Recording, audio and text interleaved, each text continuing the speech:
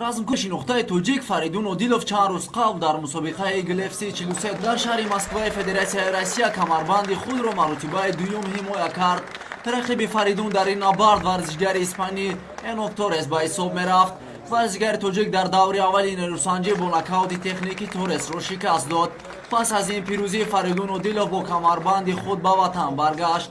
дар фурудгоҳи байналмилалии шаҳри Душанбе парчамбардори кишварро ёрону наздикон, мураббиён ва дӯстдорони ин ҳами варзиш бо гулчамбарҳо ва садои карнаю сурнай пешвоз гирифтанд. Ассалому алайкум. Авваланбор раҳмати калон ки ҳаматон ташвиш кардидам ҷо омадед моро пешвозгирӣ. Раҳмати калон. Ҳо ака заштаи паси мо буд беҳад эҳсосот сахт буд. Ака боя ҳам хеле акам чӣ хеле шид ки мо ба осонӣ баридем ба сари баланд баргаштем хона. Ака бои рақиби навбати худ озираш ягон чи нест. Хати калоно, хати тренеро, хати акаҳо оле мешинем бо маслиҳат мекунем, бо ҳама каса ҳамаашро таҳлил мекунем, барои омодагии збор боз ҳар мекунем.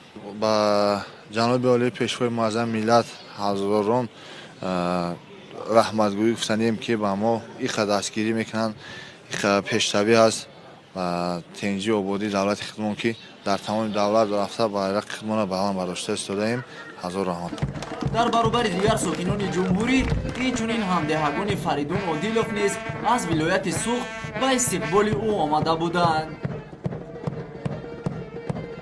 парчам ба ифтихори сарвари давлат ва варзишгар дар тамоми минтақаи дунё бардошта мешавад ки парчами миллати ман вақте ки баланд шуд, ман худро дар қуллаи боми ҷаҳон ҳис мекунам ва ифтихор мекунам ки ман тоҷик ҳастам, аз Тоҷикистонам, дар ватани озоде ки имрӯз гулшукуфта истода зиндагӣ мекунам ки фарзанди ватани ман муаррифӣ кунандаи миллат парчама бардоштааст. ман алин чиз хати ифтихор мекунам. бигзоред сафи фаридунҳо ҳазорҳо шавад, бигзоред сафи фаридунҳо миллионҳо шавад, сафи фаридунҳо ҳар як кӯдаки тоҷик дар набард бурояд. духтарои тоҷик имрӯз мана як духтари тоҷикам бинед дар набард буромада ҷоми ҷаҳонира гирифт. ин рақобати 14-уми Одилов дар муҳорибаҳои омехта ба ҳисоб меравад. ӯ дар 12 вохӯрӣ пирӯз гардида танҳо 2 маротиба мағлуб шудааст. Мирфайёз Одилов падари Фаридун дар бораи рақобати фарзандаш чунин ибрози назар